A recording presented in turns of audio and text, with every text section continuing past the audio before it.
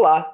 Está começando mais um TVT Entrevista, que agora vem em novo formato se adaptando à atual realidade. No programa de hoje, vamos tratar sobre violência racial. Segundo dados do Mapa da Violência, o homicídio de negros cresceu 26% entre 2013 e 2017. Em uma pesquisa realizada em junho deste ano pela Central Única das Favelas, para 94% dos brasileiros, os negros têm maiores chances de serem violentados ou mortos pela polícia. Para tratar sobre o tema, convidamos a professora da UNAERP e historiadora social, Sandra Rita Molina. Bem-vinda, Sandra, e obrigado por ter aceito o nosso convite. Agradeço o convite e espero que eu possa colaborar. Professora, para começar nosso debate, como poderíamos definir a violência racial? Eu acho que um bom momento um bom ponto de partida para definir a violência racial tem a ver com a definição de racismo estrutural, né? O que se vive no Brasil hoje é o chamado racismo estrutural. Por quê? Porque em 1888, nós tivemos a abolição da escravidão, mas, como um ditado daquela época bem dizia, a liberdade é negra, mas a igualdade é branca. Então, o que aconteceu? De lá para cá, com a abolição da escravidão, esses negros, eles não tiveram oportunidades, né?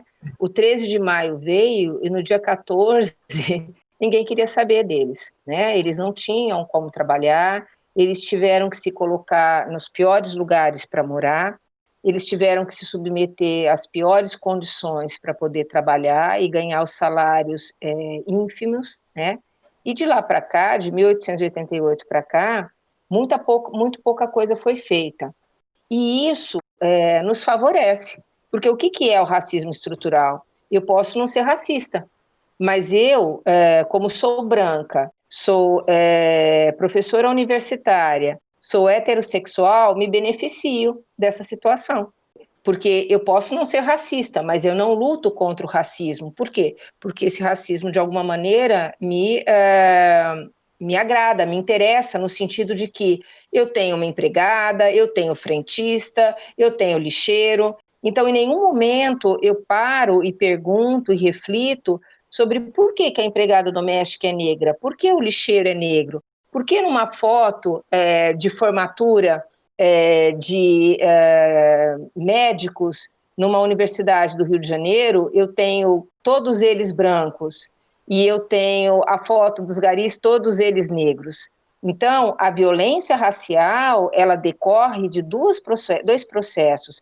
Em primeiro lugar, o processo da desigualdade social, né? É fato que nós temos uma grande massa da sociedade brasileira branca, pobre, miserável, mas é fato que mais da metade da população brasileira é negra, e grande parte dessa população brasileira negra é pobre, miserável, está nas piores condições, vive nos piores lugares. Então, essa desigualdade social, essa injustiça social, ela também é uma injustiça racial. E como ela existe há muito tempo, eu sou treinada, enquanto branca, a entender que é normal assim, que não é um problema isso, que os negros lutem pelo que eles acham que é necessário. Mas veja, a minha vida na posição de uma mulher branca é muito simples. Eu não tenho que construir a minha identidade, ninguém nunca me disse que meu cabelo tinha problemas, muito pelo contrário, eu estou encaixada naquilo que as pessoas acham que é o adequado. Então, eu só consigo falar de violência racial se eu entender que existe uma violência muito mais profunda e está dentro daquela situação do que a gente chama de violência simbólica, que o Bourdieu trata, que está presente na construção dos papéis que nós vivenciamos na nossa sociedade. Então, se eu compreendo que o racismo estrutural ele me deixa numa condição confortável, eu compreendo que eu, embora não seja racista, ainda contribuo para uma situação de desigualdade racial. E, professora, pensando em tudo isso, como que a história brasileira contribuiu para a instauração da violência racial no nosso país? Bom, primeiro nós tivemos mais de 300 anos de escravidão. E isso é uma coisa muito importante porque significa, Lauane, que, na verdade, este país foi criado em cima da desigualdade. Quando você percebe a construção do projeto de colonização brasileiro, ele é um projeto fundamentado na terra, na propriedade da terra, na exportação, mas eu preciso de uma mão de obra barata, de preferência uma mão de obra que não seja remunerada. Então, a escravidão, ela já é um fator de desigualdade logo de início. Aí nós temos cerca de 300 anos dessa escravidão, onde se você tiver a oportunidade de pegar as telas do Debré e do Rugendas, elas são fundamentais para você ver o nível de desigualdade racial e o nível de desrespeito daquela sociedade para com a população negra escravizada, né? Quando eu pesquisava no meu mestrado e no meu doutorado sobre escravidão, você pegava os inventários e na descrição dos inventários você tinha, em primeiro lugar, os bens imóveis, que eram as fazendas, as casas, né? Os bens móveis, que eram as charretes, por exemplo, e os bens semoventes. Em primeiro lugar vinha o gado, em segundo lugar vinham as mulas e os cavalos, e depois vinham os escravos. Então, eles eram bens semoventes, né? Você tem a propriedade da pessoa. Pois bem, quando a abolição vem, você não tem um processo de construção de políticas públicas que deem, veja, eu não estou pedindo a igualdade, eu estou pedindo a equidade. Pedir a igualdade numa sociedade como a nossa, que foi treinada a pensar o desigual, que foi treinada a pensar por mais de 300 anos que é comum que alguém te sirva, que não é desconfortável que alguns passem fome, que não é desconfortável que debaixo das pontes você tenha pessoas morando, em um dos países que ocupa a situação de estar entre as 10 economias mundiais, sabe-se Deus até quando, diante de tudo que nós temos visto por aí, né? Então, assim, nós vivemos numa sociedade que primeiro teve cerca de 300 anos de escravidão. Depois, quando a abolição veio, você não teve nessa sociedade o pensar políticas públicas para fazer uma equidade dessa população que foi escravizada. Porque, veja, esses negros, eles não acordaram um dia na África e falaram assim, eu vou ter uma vida de aventuras, eu vou atravessar o Oceano Atlântico e vou ver o que é trabalhar na América. Eles foram arrastados para cá. Eles foram acorrentados e trazidos para cá. Então, na verdade, nós temos uma dívida com eles, que é uma dívida ancestral. E depois, quando eles são alçados à condição de cidadãos, porque eles se tornam livres, existem direitos, mas esses direitos não são contemplados. Você não tem políticas públicas, porque vocês bem sabem, porque vocês já aprenderam, que para que você possa redistribuir o dinheiro que aquele país tem, você precisa de políticas públicas. Essas políticas públicas nunca vieram. E aí o que acontece? Você deixa de escravizar esse negro pela cor da pele e você passa a escravizá-lo pela desigualdade econômica.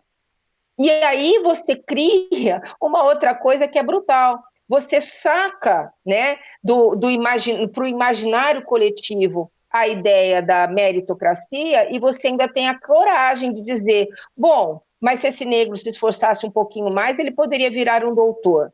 Como? Morando nas comunidades. Como? Morando em condições as piores possíveis. Então, veja, as primeiras políticas públicas que vão tentar trazer um nível de possibilidade de vida melhor, de equidade, são as políticas públicas que vão começar a tentar trazer esses negros para as universidades. E aí eu tenho toda uma discussão, de novo, hipócrita da meritocracia, porque o problema não é o conceito, o problema é como ele é utilizado, né?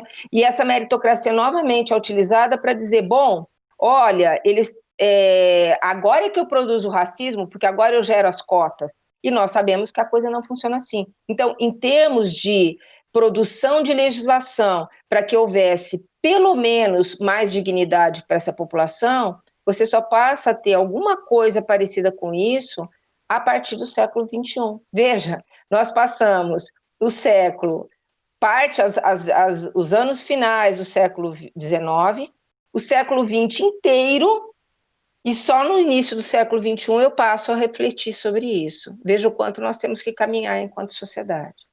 Professora, o Joaquim Nabuco falava que a escravidão ia permanecer como uma marca na nossa sociedade durante um bom tempo. A minha pergunta é: de que modo a desigualdade social contribui para essa violência racial? Ai, são tantas as possibilidades.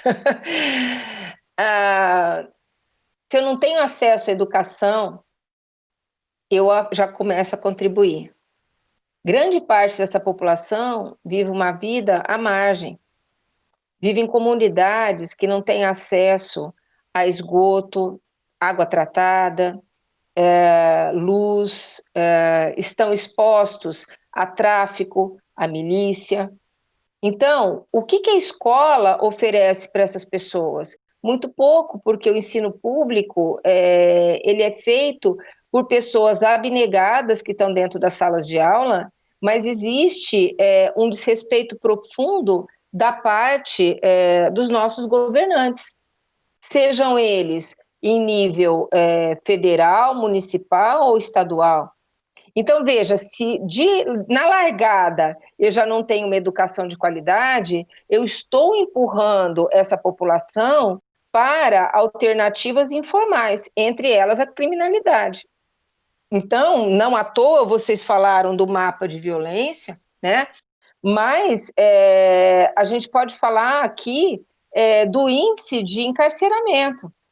Né? Se você olhar, grande parte dos encarcerados são negros, jovens, homens. Então, existe uma política que talvez não seja escancarada, mas é uma política de segregação.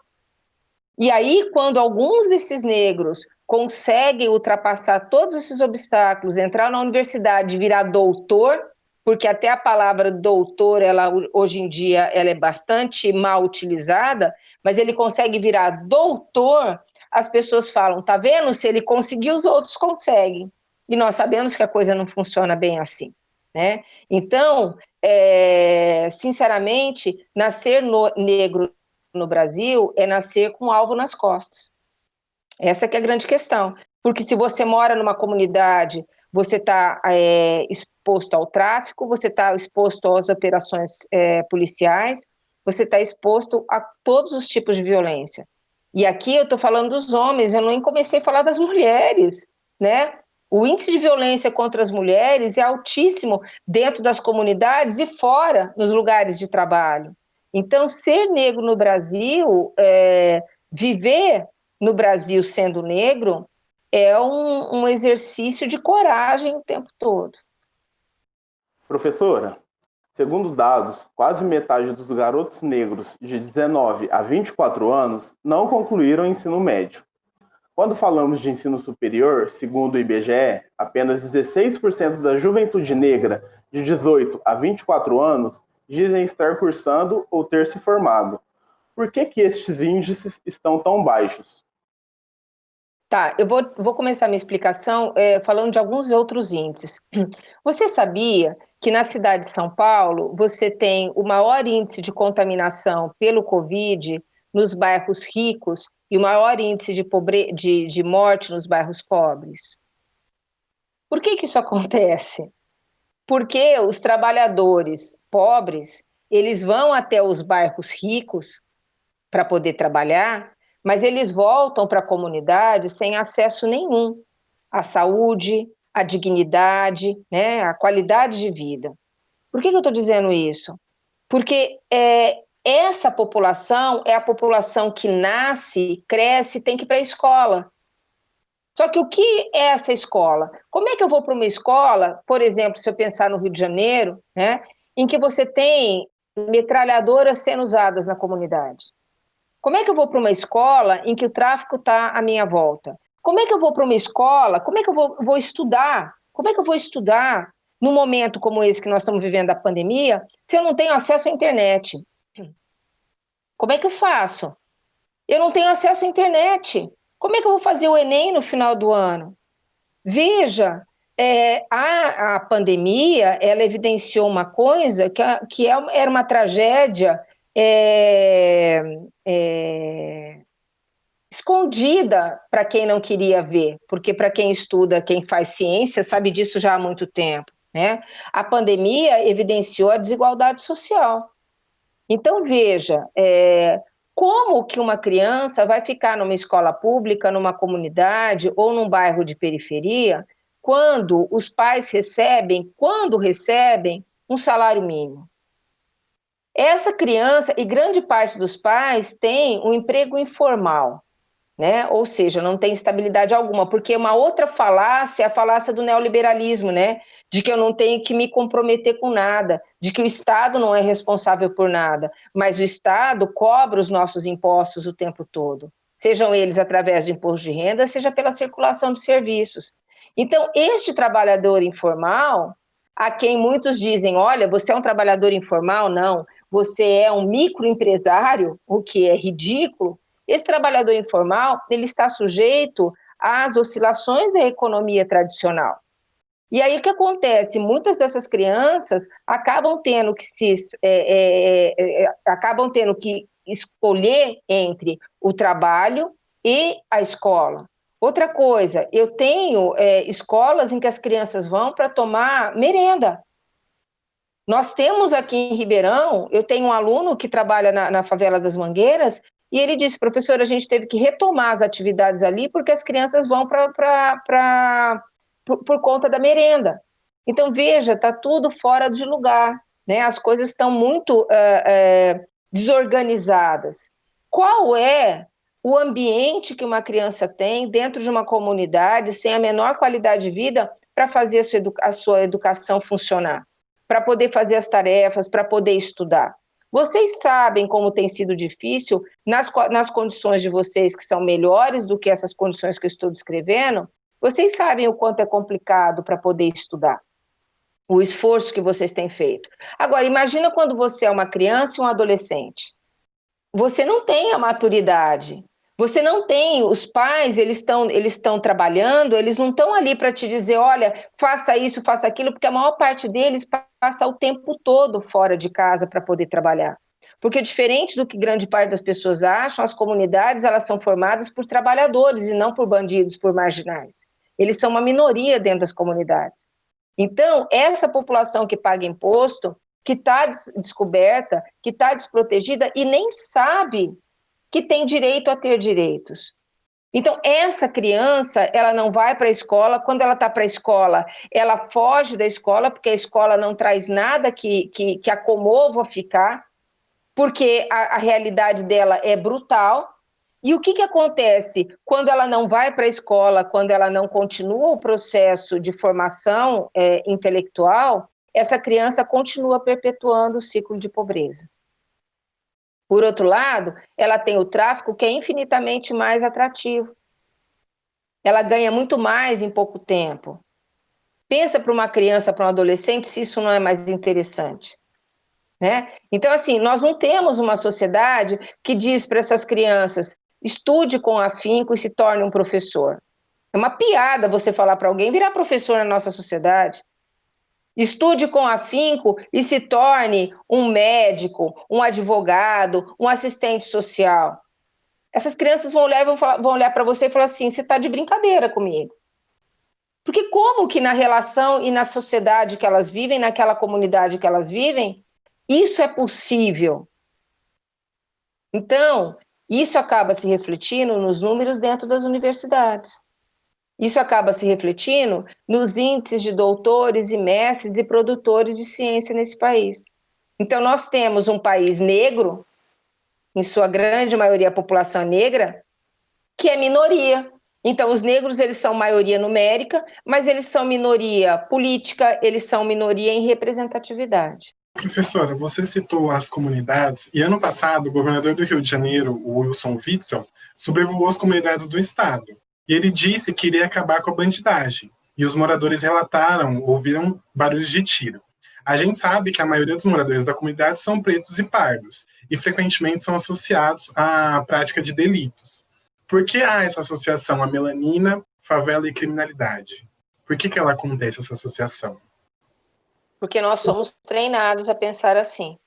Você nem percebe, mas você é treinado. Muitos dos policiais que apreendem os garotos que estão com maconha, eles automaticamente, muitos são negros, e automaticamente olham para aquele garoto que está sendo apreendido com um pequeno porte de maconha, eles olham de uma maneira preconceituosa. Você é treinado que se você agir como um branco, você vai ser mais respeitado. Você é treinado isso pela sociedade, através da sociedade, você é treinado através das leis. Quando um garoto negro é apreendido com porte de drogas, as manchetes do jornal, elas aparecem assim nos jornais. Negro traficante, bandido negro, marginal negro. Quando é um branco, estudante é apreendido com porte de drogas. Então você é domesticado a pensar assim. Sabe, a ideia de que você não nasce racista, mas você é ensinado a ser racista, ela é real. Você é treinado pelos jornais, você é treinado pelos meios de comunicação, você é treinado na tua família e você nem se dá conta. Em muitas famílias você vai dizer assim, imagina, eu não sou racista, eu até tenho um amigo que é negro. Olha, é um negro de alma branca. Então, veja, não é uma coisa que uma passeata vai resolver. É uma construção de muitas décadas.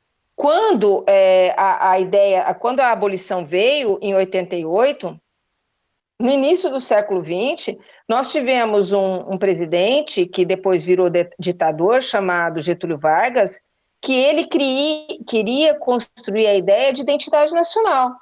Então, o que ele construiu, baseado muito nas percepções de alguns autores brasileiros, entre ele o Gilberto Freire? A ideia de que somos uma democracia racial. Então, nas escolas, e eu sou mais antiga, então eu posso dizer aqui, nos livros didáticos, e veja, eu sou da década de 60, isso foi criado a partir da década de 30, né? Mas até a década de 60, você recebia nas escolas, e ainda mais com a ditadura militar, você recebia nas escolas, os livros, eles vinham assim, ó, a formação do Brasil, uma foto de um negro, uma foto de um índio, uma foto de um branco. Vivemos uma democracia racial. Para quem? Porque a parte boa dessa democracia, ela funciona para mim, que sou branca. E aqui, eu preciso dizer que ser branco e heterossexual é mais confortável ainda, porque nós estamos falando do negro, e quando o negro é um homossexual? E quando um negro é um transgênero? Veja como a situação dele é muito mais complicada. Então, na verdade, esse processo de racismo é um processo de construção social. É por isso que ele só vai deixar de existir no momento em que essa desconstrução começar a acontecer através da educação. É por isso, meus queridos, que ninguém quer educação de qualidade. Porque com a educação de qualidade, eu ensino as pessoas a pensar. Com a educação de qualidade, o professor ensina as pessoas a refletir e sair da caverna, a pensar que eu tenho responsabilidade no processo de racismo, a pensar que tem que doer em mim quando eu vejo um jovem sendo encarcerado para o resto da vida porque um policial achou que a quantidade de drogas dele, porque vai olhar para a lei de drogas, vai olhar a maneira como a lei de drogas ela tem possibilidades, e possibilidades que ampliam o olhar racista dessa sociedade. Então, enquanto as pessoas não forem ensinadas a compreender que, embora eu não seja racista, eu contribuo porque a minha vida é muito confortável, que eu tenho que lutar contra o racismo se eu quiser mais dignidade para todos nós. Porque enquanto houver racismo, eu continuo tendo injustiça.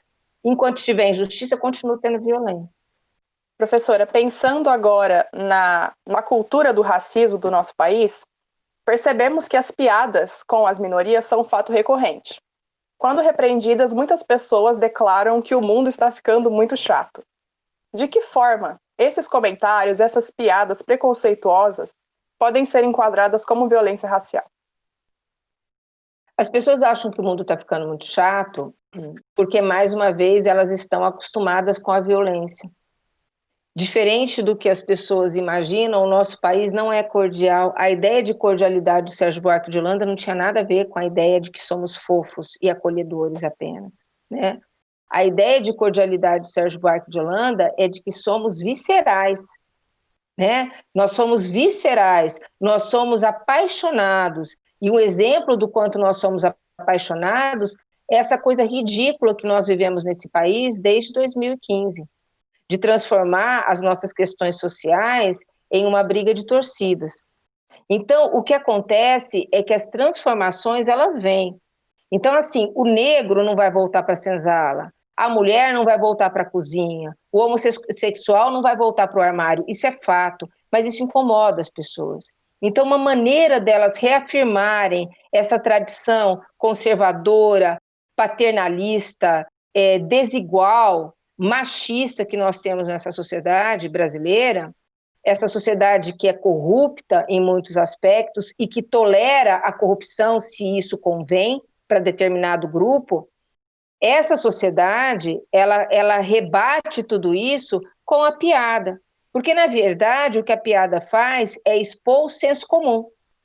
Então, veja, se eu estou numa roda de amigos e alguém faz uma piada dessa e eu permaneço naquela roda de amigos, aquilo significa que eu estou compactuando. Então, progressivamente, isso vai deixar de acontecer, porque progressivamente isso vai incomodar as pessoas. Perto de mim, ninguém faz piada racista mais. Ai, mas a Sandra é muito rigorosa. Sou. Porque se eu compactuo, eu estou ajudando a desigualdade se manter. Então, na verdade, isso nos leva a uma discussão mais profunda ainda, Lauane, que é a discussão de quem somos nós, de quem nós queremos ser enquanto cidadãos. Porque a ideia de cidadania, ela contempla a percepção de que eu tenho que ter acesso a vários pacotes de direitos. O direito civil, o direito político, e em especial, no caso do Brasil, o direito social, que são aquelas possibilidades que me dão qualidade de vida. Mas pressupõe também que eu tenho que ter comprometimento com o mundo que está à minha volta. Então, o que eu quero enquanto cidadã? E está muito claro que o Brasil tem dificuldades com isso, porque quando eu vejo a liberação dos bares no Rio de Janeiro e aquela quantidade de gente debochando do uso de máscara, eu estou percebendo que essa sociedade ainda precisa de muito amadurecimento, porque é uma sociedade que pensa individualmente. Ela não pensa no coletivo, porque não me convém. Então, para que eu mude a percepção racial, eu tenho que começar a mudar quem sou eu. E é por isso que eu digo para os meus alunos que a minha ambição com eles é grande. Por quê? Porque se eu faço com que eles se transformem individualmente, eu acredito que progressivamente eles vão ser pessoas que, como eu, não vão suportar uma piada racista num grupo de amigos. Porque se aquele grupo de amigos mantém aquela piada racista, e se aquilo me incomoda, então talvez aquele grupo não funcione para mim. E assim eu vou mudando a sensibilidade das pessoas na vida. Eu não acredito em revolução, eu acredito em evolução. E é esse o processo. Se eu mudo o meu sentir, se eu mudo a minha percepção de quem eu sou na sociedade, eu começo a transformar quem está à minha volta. E a partir desse momento, eu faço a chamada cidadania ativa. Eu começo a entender que as pautas dos negros talvez não interfiram na minha vida de branca, mas eu tenho que ser solidária a elas, porque quanto mais eles conseguirem acesso a isso, menos violência eu vou ter na sociedade onde eu vivo. Professora, muito obrigado pela disponibilidade, muito obrigado por contribuir com a nossa discussão. E o nosso TVT fica por aqui. Até a próxima!